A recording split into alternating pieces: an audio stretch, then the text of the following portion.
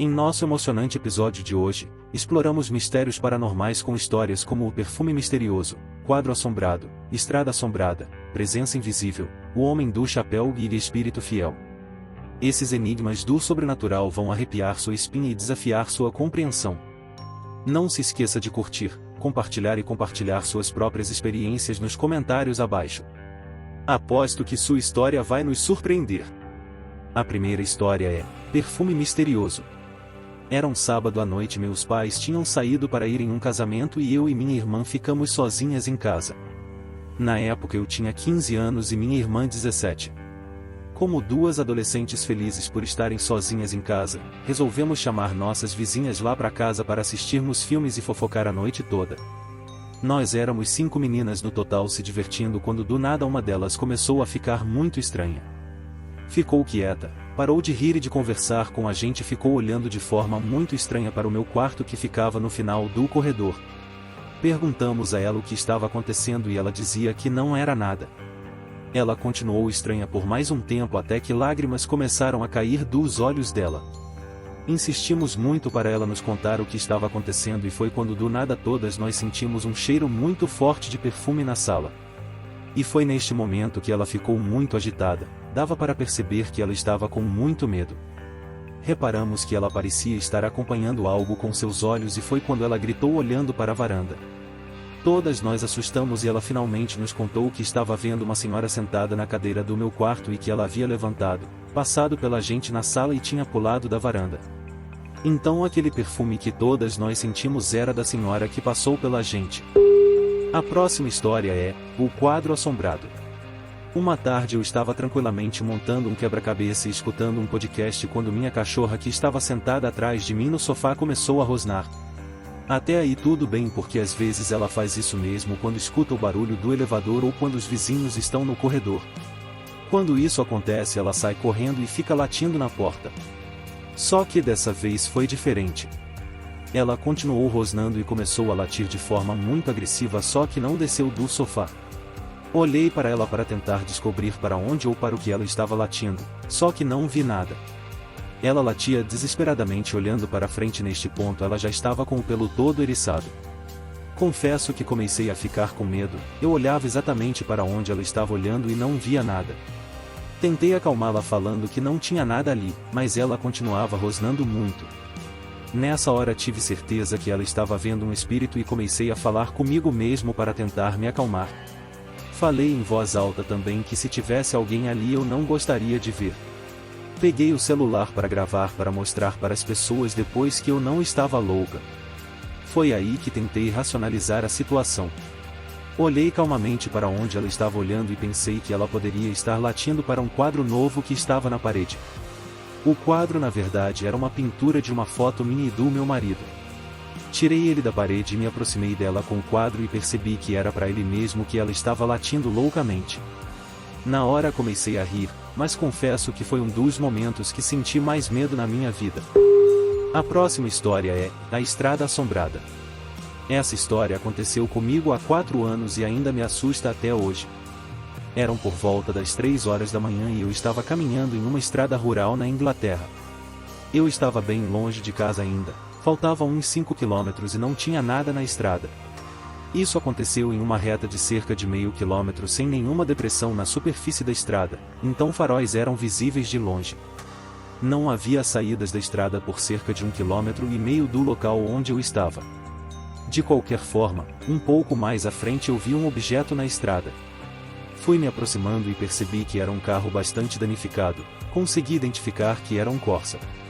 A frente estava bastante amassada e uma das rodas dianteiras estava completamente torta.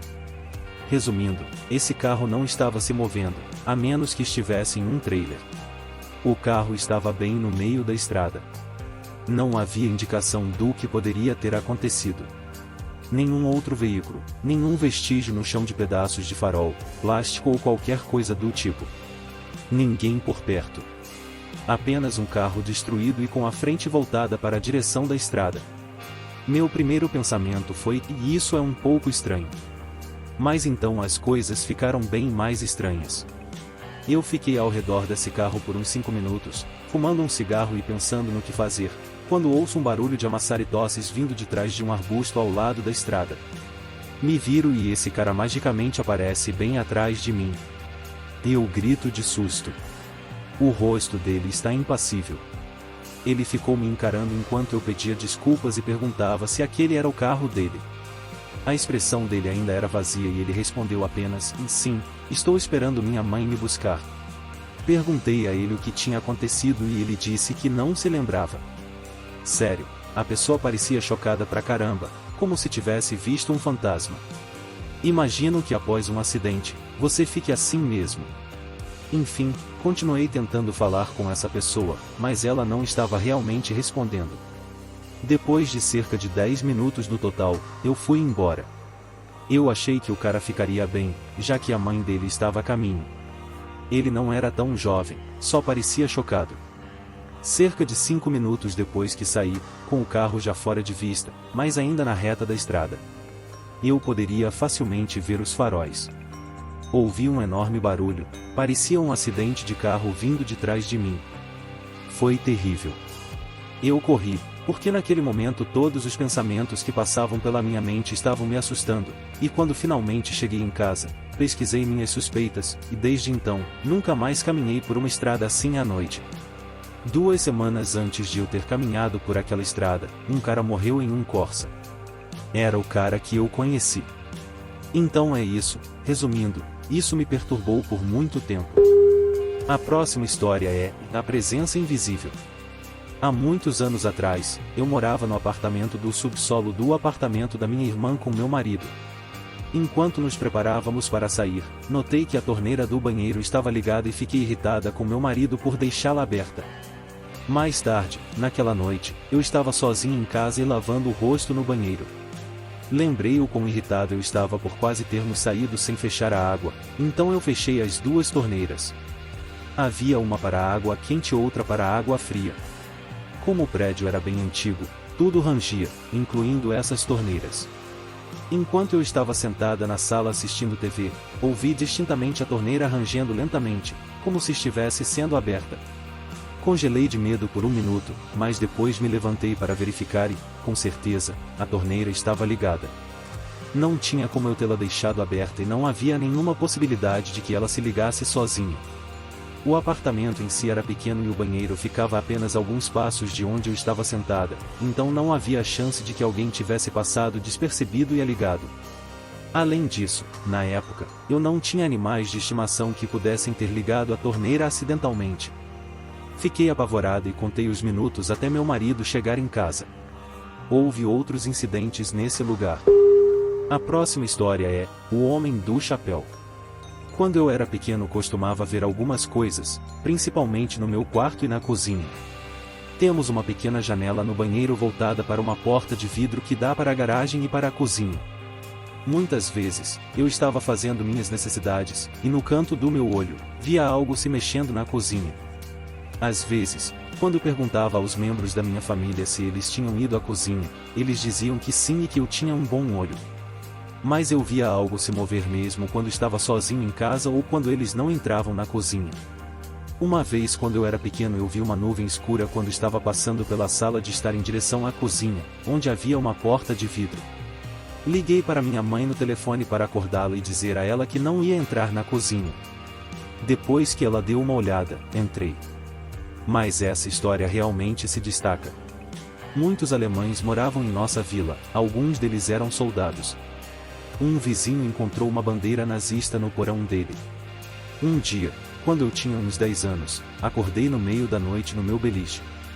Quando olhei para o meu quarto, vi claramente a silhueta escura e alta de um homem de chapéu olhando para mim. Eu não era o tipo de criança que gritava, então apenas o encarei com horror nos olhos até que ele desapareceu. Pareceu que foram 5 minutos seguidos, mas provavelmente não foi tão longo assim. Deitei e adormeci depois de algum tempo. Na manhã seguinte, acordei e fui direto para a cozinha contar para minha mãe. Ela estava lá com minha irmã, que estava dizendo a ela que teve um pesadelo. Em seu pesadelo, um homem estava de pé no meu quarto e, quando ela tentou chegar até mim, a porta se fechou e trancou. Então ela acordou. Eu não tinha dito o que vi até ela dizer isso. A próxima história é O Espírito Fiel. Compramos nossa pequena casa branca de tábuas de madeira há 35 anos e a amamos. Quando nos mudamos, tínhamos uma linda grandanés preta chamada Sally.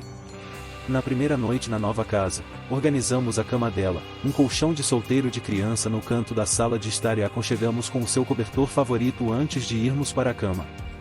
Por volta das 3 da manhã, acordamos com o som melancólico de Sally uivando.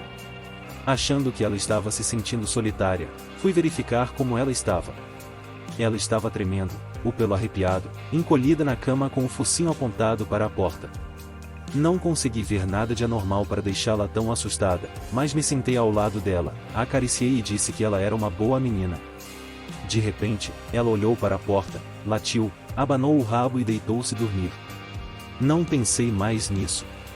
Depois, alguns meses depois, Jace, o labrador, veio passar a noite conosco. Ele e Sally compartilharam a mesma cama, apertado, mas eles conseguiram, até por volta das 21 horas, quando percebi Jace rosnando, pelo arrepiado, apontando o focinho para a porta. Sally estava tranquila, deu um cutucão e uma lambida nele, momento em que Jace gemeu, abanou o rabo e deitou-se.